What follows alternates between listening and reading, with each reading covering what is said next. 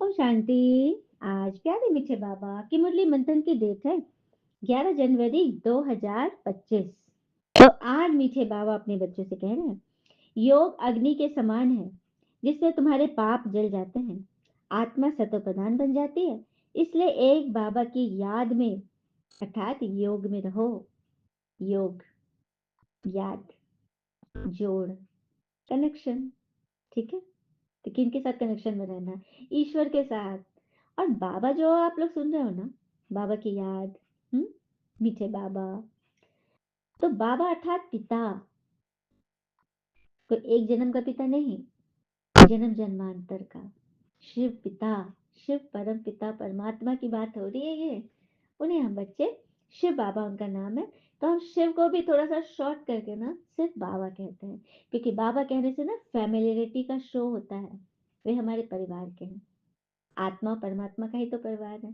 ठीक है, तो बाबा कह रहे हैं ना, योग अग्नि के समान है जिससे तुम्हारे पाप जल जाते हैं, आत्मा सत्व प्रधान बन जाती है। सत्व प्रधान अर्थात 7 गुणों की प्रधानता, 100% पावन बन जाती है। इसलिए बाबा की याद में रहो अर्थात योग में रहो। प्रश्न, पुण्य आत्मा बनने वाले बच्चों को किस बात का बहुत बहुत ध्यान रखना है? जो पुण्य आत्मा बनने वाले बच्चे हैं उन्हें किस बात का बहुत ध्यान रखना है? उत्तर है, पैसे दान किसे देना है, इस बात का पूरा ध्यान रखना है। अगर किसको पैसा दिया और उसने जाकर शराब आदि पिया, बुरे कर्म किए, हथियार आदि खरीद लिए, तो उसका पाप कहाँ जाएगा? तुम्हारे ऊपर आ जाएगा। तुम्हें पाप आत्माओं से अब कोई लेन देन नहीं करनी है, यहाँ तो तुम्हें पुण्य आत्मा बनना है। सुना?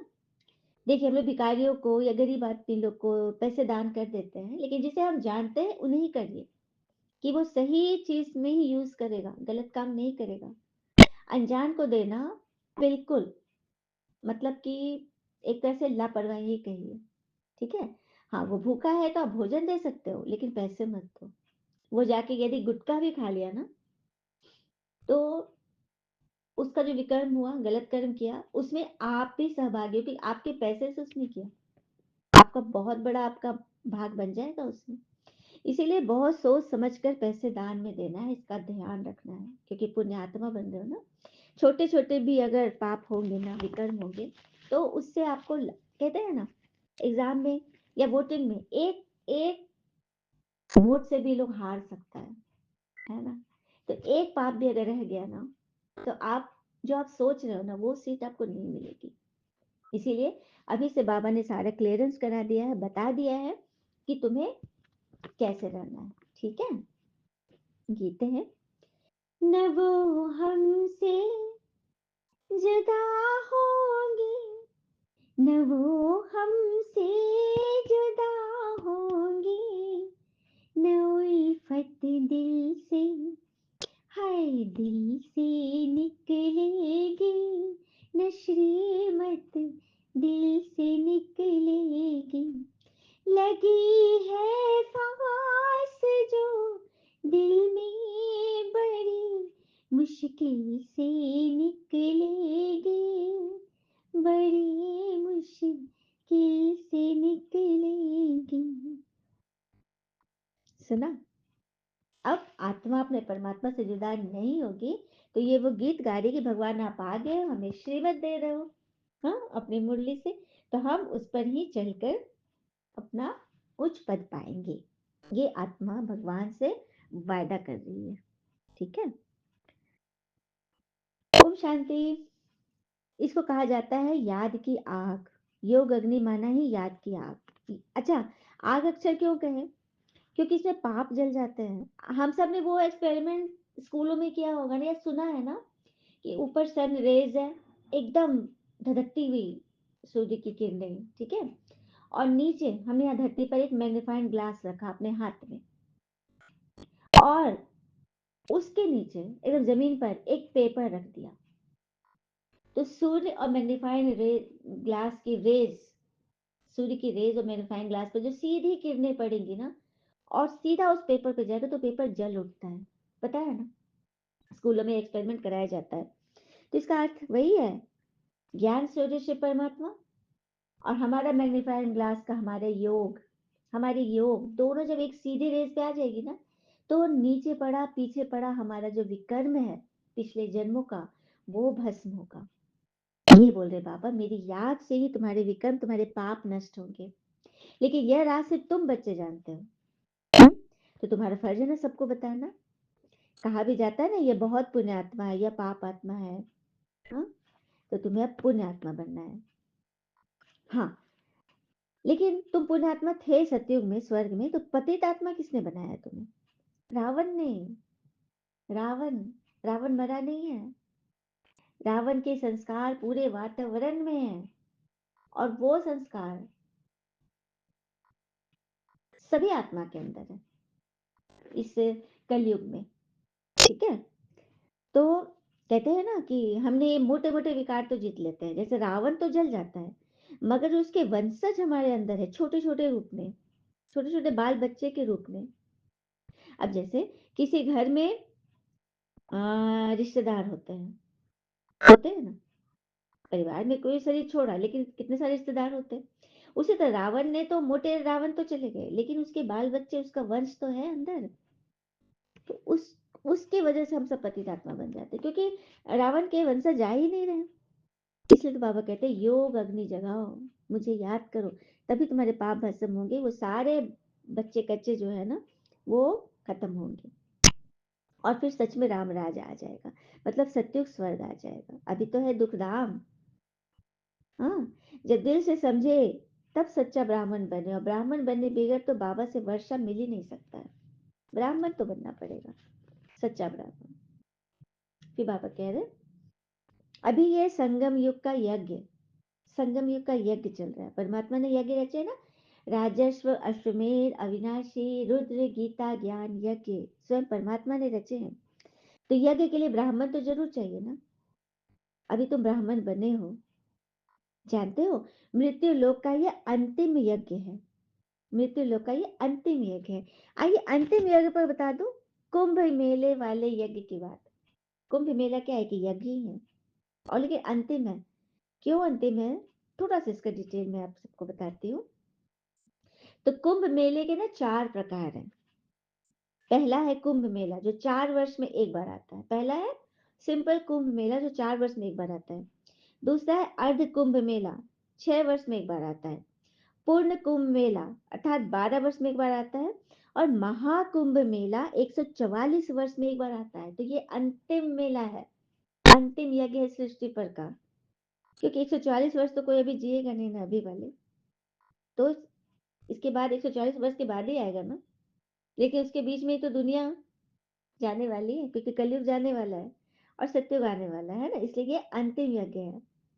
कहते हैं ना, हिंदू धर्म के उदय के साथ इसका महत्व और बढ़ गया, खास करके गुप्त जैसे शासकों के अधीन इसकी स्थिति में और ऊंचाई आई। और पुष्यभूति वंश के राजा हर्षवर्धन ने प्रयागराज में कुंभ मेले के आयोजन की शुरुआत की। हर्षवर्धन, पुष्यभूति वंश के राजा ने प्रयागराज में, इलाहाबाद में, जो इलाहाबाद का नामकरण हुआ है, कुंभ मेले की शुरुआत की थी। अच्छा, ये 4 पवित्र स्थानों पे यह मेला लगता है। भारत में 4 पवित्र स्थानों पे लगता है, और पवित्र नदी के तट पर होता है। एक है हरिद्वार उत्तराखंड, गंगा नदी के तट पर। उज्जैन मध्य प्रदेश में शिप्रा नदी के तट पर। नासिक महाराष्ट्र में गोदावरी नदी के तट पर। और प्रयागराज उत्तर प्रदेश में गंगा, यमुना और पौराणिक सरस्वती नदी के संगम पर ये कुंभ मेले लगते हैं। और वर्ष 2017 में यूनेस्को द्वारा अमूर्त सांस्कृतिक विरासत के रूप में इसे मान्यता प्राप्त होगी। और कुंभ मेला बहुत ऐतिहासिक और सांस्कृतिक मूल्य रखता है। तो समझिए, हमारा अंतिम यज्ञ है भक्ति का। तो ये तो हो गई भक्ति की बात। अब इसको ज्ञान से हम कैसे रिलेट करते हैं? तो सबसे बड़ा जो महाकुंभ मेला, मेला में मिलन होता है ना, तो यहाँ पे मिलन हो रहा है आत्मा और परमात्मा का। और मिलाने वाले हैं हमारे लेखराज दादा, इस संस्था के फाउंडर, जिनके तन में डायरेक्ट शिव ने प्रवेश किया। तो ये 3 नदी का मिलन, सच्चा सच्चा संगम अभी इस कल्प के बाद हुआ, चारों युगों के बाद हुआ है। अब 12 वर्ष क्यों बोलते हैं बताऊं? 12 वर्ष पे जो लगा है वो अ, अर्ध कुंभ ये पूर्ण कुंभ मेला। अर्ध कुंभ लगता है 6 मास पे, और 12 वर्ष पे लगता है पूर्ण कुंभ मेला। तो 12 वर्ष अर्थात सृष्टि की 12, मतलब कि 1 से लेकर 12, मतलब एक चक्र जब पूरा होता है ना, चारों कल्प जब पूरा हो जाता है, चारों युग, 12 वर्ष, तो पूर्ण कुंभ लगा। लेकिन महाकुंभ लगता है 144 में, तो 12 × 12 हो गया ना 144। तो 12 वर्ष जब 12 बार होगा तब 144 बार, और वो होता है महाकुंभ। और ये अभी महाकुंभ वो चल रहा है। तो परमात्मा से मिलन ही वो महाकुंभ है, जो भगवान आए अपने बच्चों से मिलने, आत्मा से मिलने के लिए। है ना बड़ी बात? तो ये रहस्य किसी को नहीं पता था ना, तो भगवान ने आकर बताया। तो भक्ति में जितनी चीजें हमने किया ना, उन सब का भी हम प्रैक्टिकली अनुभव कर रहे हैं, उसे हम जी रहे हैं, है ना। फिर बाबा कहते हैं अमरलोक में यज्ञ नहीं होते, स्वर्ग में कोई यज्ञ नहीं होता है। वो सब द्वापर से ही, वेद शास्त्र धर्म आदि जितने हुए ना, वो द्वापर से आए। भक्ति सारा द्वापर से ही शुरू हुआ। भगवान को ढूंढने के लिए हमने ईश्वर को ढूंढना शुरू किया और भक्ति की। तो सबसे मुख्य क्रिएटर, डायरेक्टर और मुख्य एक्टर कौन है इस सृष्टि का? परमात्मा, जिन्हें हम गॉड फादर कहो, खुदा कहो, भगवान कहो, मालिक कहो, साईं कहो, बस वही तो है। और वो आकर के ना जगत के मालिक तथा विश्व का मालिक बनाते हैं। किन्हें? श्री कृष्ण को। परमात्मा का सबसे नंबर 1 जो शिष्य है वो श्री कृष्ण है, सत्यु का नंबर 1 प्रिंस। तो परमात्मा है विश्वनाथ अर्थात विश्व के मालिक, और जगत के, इस सृष्टि के मालिक जगन्नाथ श्री कृष्ण अर्थात श्री नारायण। तो इसको बनाने वाला कौन है? स्वयं भगवान।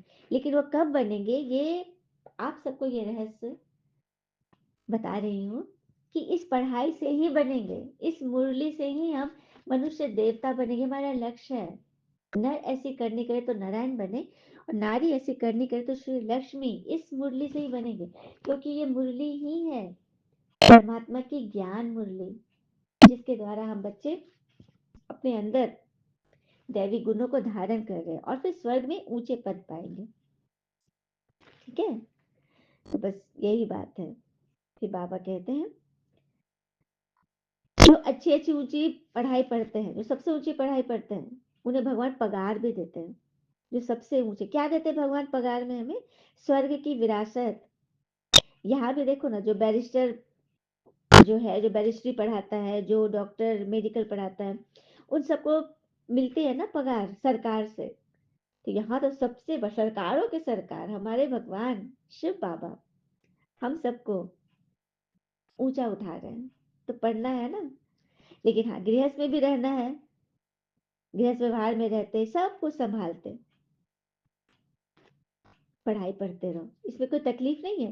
काम काज करते हैं तो स्कूल कॉलेज आदि देखते हुए भी, घर गृहस्थी देखते हुए भगवान को याद ही तो करना है। मन बुद्धि देखिए, हाथ काम कर रहा है, लेकिन मन बुद्धि क्या कर रहा है? भगवान को याद में। तो नॉलेज तो बड़ी सहज है ना। गाते भी हो ना, हे पतित पावन आओ, आकर हमें पावन बनाओ। पावन दुनिया में तो राजधानी है, तो बाबा उस राजधानी के हमें लायक बना रहे हैं, स्वर्ग के लायक। तो इस ज्ञान के मुख्य 2 सब्जेक्ट है, बाबा और वर्षा। वर्षा अर्थात वसीयत, परमात्मा की वसीयत। इन 2 चीज को याद करो। स्वदर्शन चक्रधारी बनो अर्थात अपने स्व का दर्शन करो, अपनी आत्मा का दर्शन करो। मैं कौन थी, क्या थी, कब क्या बनी, अभी क्या हूं, इसको धारण करो, तो एवर हेल्दी और वेल्दी बन जाएंगे। बाबा कहते मुझे याद करो, घर को भी याद करो। शांति धाम हमारा घर है ना, निर्वाण धाम, मुक्ति धाम, ब्रह्मांड, परलोक, ब्रह्मलोक, वो हम आत्माओं का घर है, जहाँ हम परमात्मा के साथ हम रहते हैं। हम नीचे आए धरती पर तो हमें शरीर मिलता है पार्ट प्ले करने के लिए। बाकी हमारा निज घर तो, खास घर जो कहते हैं ना, परम धाम है आत्माओं का। ठीक है, तो वहां से हम लोग नीचे आए हैं अपना पार्ट प्ले करने, लेकिन धीरे धीरे नीचे उतरते उतरते अभी कलयुग में एकदम हो गए काले। सुंदर थे, श्याम बन गए। तो श्राप से फिर से सुंदर बनाने के लिए भगवान को आना पड़ा है। सुख धाम में सुख, शांति, संपत्ति सब मिलता है। वहां एक ही धर्म होता है, देवी देवता धर्म। स्टूडेंट लोग देखो कितना हंगामा करते हैं, अपना न्यू ब्लड दिखाते हैं। न्यू ब्लड अर्थात युवा। आजकल के युवा का बताऊं क्या उनके मतलब किधर उनकी दिशा जा रही है। आज रील्स बनाने में, फेसबुक पे, इंस्टा पे, अम, क्या कहते हैं, यूट्यूब पे, सब अपना वीडियो बनाने में, अपना रील्स बनाने में लगे हुए हैं, पैसे कमाने में। बस दिमाग इन्हीं सब चीजों में जा रहा है। ना पढ़ाई पे अच्छी रीति जा रहा है, ना देश के लिए कुछ सोच रहे हैं, ना विश्व के लिए, कुछ नहीं। यदि युवा ही अब इस तरह से मार्ग भटक जाए तो फिर किसी देश का क्या होगा, क्या हो सकता है। तो युवा को तो सबसे पहले संस्कारी बनना चाहिए। यदि जो संस्कारी होंगे ना, तो कभी भी किसी लड़की के ऊपर बुरी नजर नहीं डालेंगे, अपने काम पे फोकस होंगे, देश के लिए सोचेंगे। तो ये काम ब्रह्मा कुमारी कर रही है। ठीक है, बच्चों को, युवाओं को अच्छे अच्छे संस्कार डाल रही है ताकि उनका माइंड कंसंट्रेट हो जाए अपने दिशा की ओर, फोकस्ड। जब फोकस होगा ना, तभी तो हम कुछ कर पाएंगे। मन ही भटक रहा है तो फिर हम क्या कर लेंगे, क्या उखाड़ लेंगे, कुछ नहीं कर सकते। ठीक है। हाँ, इस समय तुम्हारा पुरुषार्थ कल्प कल्प का पुरुषार्थ होगा। इस समय जो तुम पुरुषार्थ करोगे ना, वो कल्प कल्प का पुरुषार्थ होगा। पढ़ाई के आधार से सब मालूम पड़ जाता है। बाबा तो झट बता देते हैं कि अगर इस हाल में तुम्हारा शरीर छूट जाए तो तुम्हें क्या पद मिलेगा। कुछ ही हमने पूरा ही नहीं किया, कोई पढ़ाई नहीं पढ़ी, तो फिर क्या मिलेगा। हम्म। फिर आगे कह रहे बाबा, जैसे छोटे बच्चे को भी तुम याद कराते हो ना, बाबा बाबा, तो उसे बाबा याद आता है ना मुंह से। दूध मुहा बच्चा जो बाबा बाबा सिखाते, तो बोलने लगता है ना बाबा बाबा। हम्म। तो वैसे ही जो नए बच्चे हैं ना, वो भी तो छोटे बच्चे हैं। उन्हें भी बताओ कि किस तरह से बाबा को याद करना है। तो उनके अंदर से भी बाबा बाबा निकले, और बाबा जिनके मन से निकल गया तो फिर बाबा ने उसका हाथ पकड़ लिया, और फिर वो चलेंगे नहीं, ईश्वर उन्हें चलाएंगे। क्योंकि वो फिर थक जाएंगे ना चलेंगे तो। भगवान उड़ाते हुए चलाएंगे तो फिर थकना भी नहीं और काम भी हो जाएगा। छोटे बच्चे तो महात्मा मिसल होते हैं ना, तो समझाया जाता है इस दुनिया में आंखों से जो कुछ भी दिख रहा है वो सब कुछ रावण की चीजें हैं, उस पर ध्यान नहीं देना है। हाँ। हाँ, बाकी तुम्हारा ये जो कखपन है ना, जो कमी कमजोरियां है ना, बस भगवान हमसे वही मांगते हैं, और उसके बदले में हेल्थ वेल्थ हैप्पीनेस की एकदम झड़ी लगा देते हैं। सुदामा मिसल, मुट्ठी चने, चावल, और बदले में क्या मिला, महल माड़ी मिल गया ना। तो वही बात है। फिर बाबा कहे, हॉस्पिटल होती है बीमार के लिए, यूनिवर्सिटी होती है पढ़ाने के लिए, लेकिन यहाँ तो कॉलेज और हॉस्पिटल दोनों इकट्ठी है। हॉस्पिटल हमारे लिए आत्मा बीमार है, रोगी है, छोटी छोटी बातों में फंस जाना। और यूनिवर्सिटी भी है, पढ़ाई भी हो रही, गॉडली पढ़ाई, देवता बनने की पढ़ाई हो रही है, तो दोनों इकट्ठी है ना। हाँ, इनके लिए सिर्फ 3 पैर पृथ्वी चाहिए। 3 पैर पृथ्वी मतलब एकदम छोटी सी भी जमीन हो ना, तो वहां पे भी आप गीता पाठशाला जरूर खोल दो, भगवान का परिचय दे दो। कहीं भी फोन से भी आप वीडियो कॉल से भी बात करिए, तो दे दिया ना अपने परिचय, खुल गया ना, गीता ज्ञान मिला ना, क्लास हो गई ना। इसके लिए ये नहीं सोचना है बाबा जमीन नहीं है, ये नहीं है, कैसे करें। लगन होनी चाहिए। कहते हैं ना, where there is a will there is a way. Hmm. रास्ता वही है जहाँ चाह है, बस चाहना रखिए। चलाने के लिए तो भगवान है ही। हम्म। भरोसा रखिए, क्योंकि ईश्वर आ चुके हैं। और और कहते हैं ना, अगर बताने के बाद भी कोई आपकी परेशानी नहीं समझ रहा, तो समझ लीजिए कि आप गलत दरवाजा खटखटा रहे हैं। क्योंकि हम द्वापर से इतने परेशान रहे, इतने क्या क्यों कैसे किए, लेकिन हमारी समस्या का निदान ही नहीं मिला। वो दरवाजा ही नहीं मिला, वो चाबी नहीं मिली जहां से हमें हमारा हल मिले समस्या का। लेकिन अब परमात्मा आ गए हैं, तो हमारे पास सब कुछ हमारे रीच में है, सब कुछ। इसे अनुभव करके देखिए, है ना। फिर बाबा कह रहे हैं, दिन प्रतिदिन जितनी आफतें आती जाएगी ना, तो मनुष्यों को फिर भगवान याद आएंगे। सही बात है। जब कोई प्राकृतिक आपदाएँ आ जाती है, हलचल भूकंप है, प्लेन में टर्बुलेंस है, गाड़ी में आग लग गई, ट्रेन में डिरेल हो गया, तो उस वक़्त किसी को विकार नहीं सूझेगा। उस वक़्त सभी ईश्वर को याद करेंगे, सभी, ठीक है? तो बस वही बोले बाबा ने, दिन प्रतिदिन जितनी आफ़तें बढ़ेंगी ना, तो धीरे-धीरे सबका ध्यान इधर आएगा। जब तक अभी सुख मौज में है ना, तो भगवान का बात ही नहीं सुनेगा। इसलिए तो बाबा बोलते हैं, अच्छा उड़ जाओ, उड़ो, उड़ो।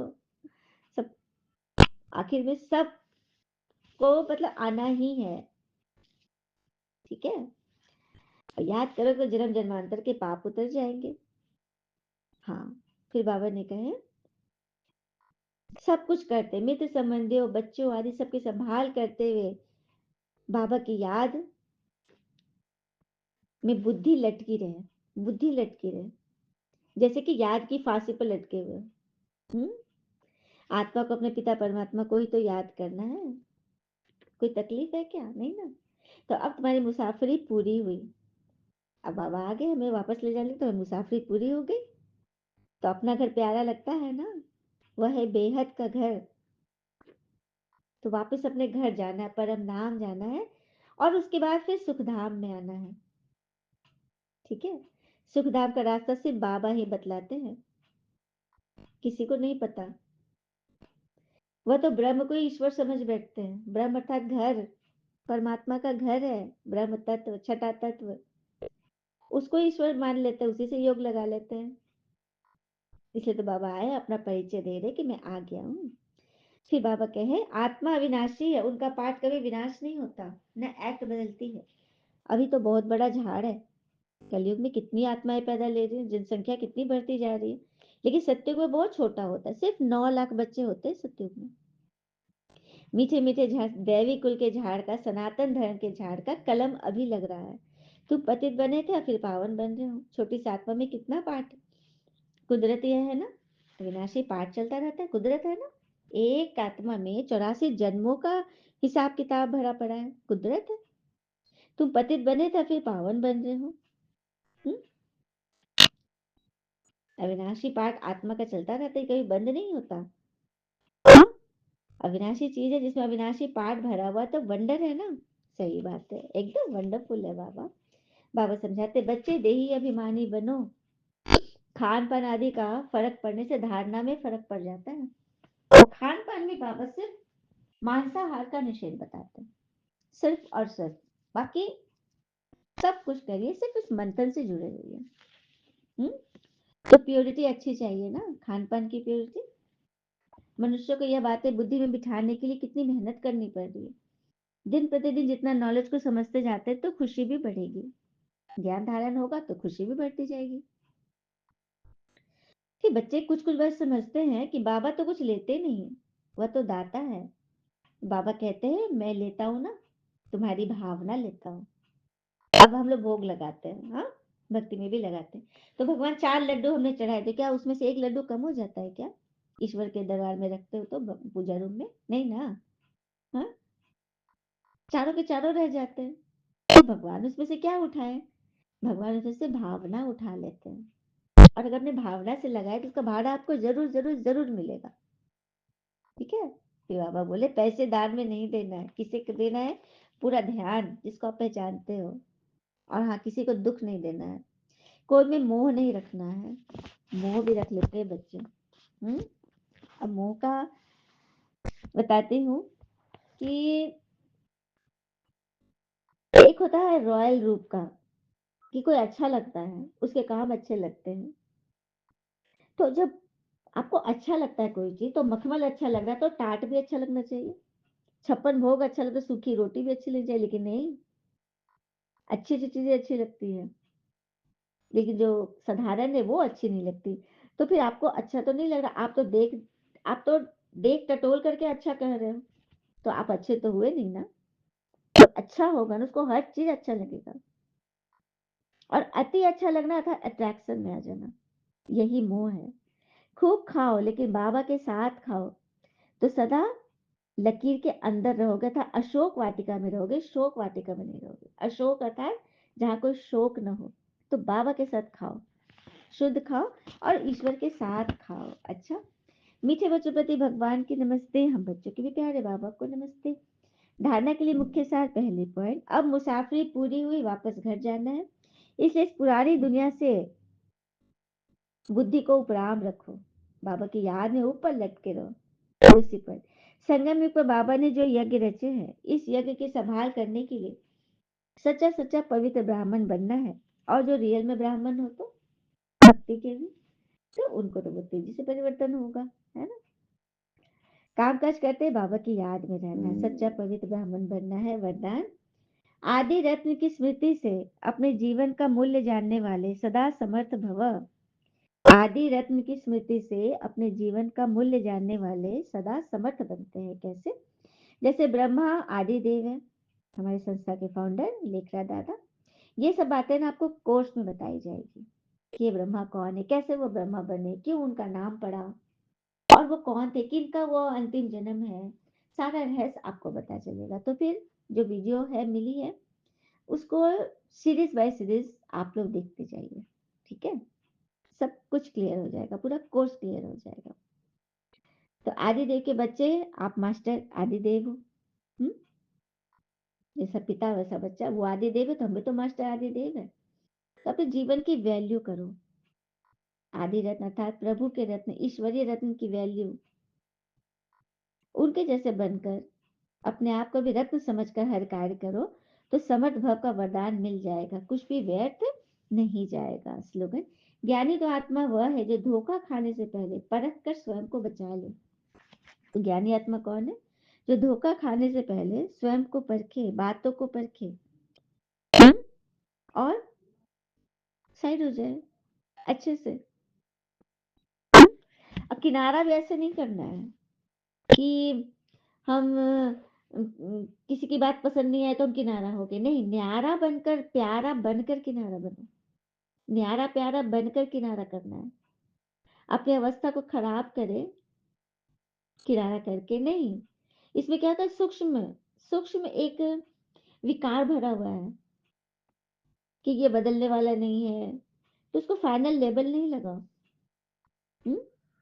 अपनी श्रेष्ठ भावना कामना से उसको सजा सदा सजाते रहो, उसके लिए अच्छा अच्छा सोचते रहो। हाँ, बल्कि लेबल नहीं लगाओ, सिद्ध हो जाएगा। तो ज्ञानी तो आत्मा वह है जो धोखा खाने के पहले परख कर स्वयं को बचा ले, और जो खुद बचाएंगे तो दूसरे को भी बचा पाएंगे, है ना। अच्छा, ओम शांति। शुक्र है मीठे बाबा, वो बाबा के प्यारे प्यारे बच्चे। आज की मुरली बहुत लंबी है, लेकिन इसमें काफी सारे पॉइंट्स हैं जो सभी बच्चों को समझ में आएंगे, खास करके नए बच्चों को भी। अच्छा, ओम शांति। शुक्रिया बाबा, शुक्रिया बच्चे।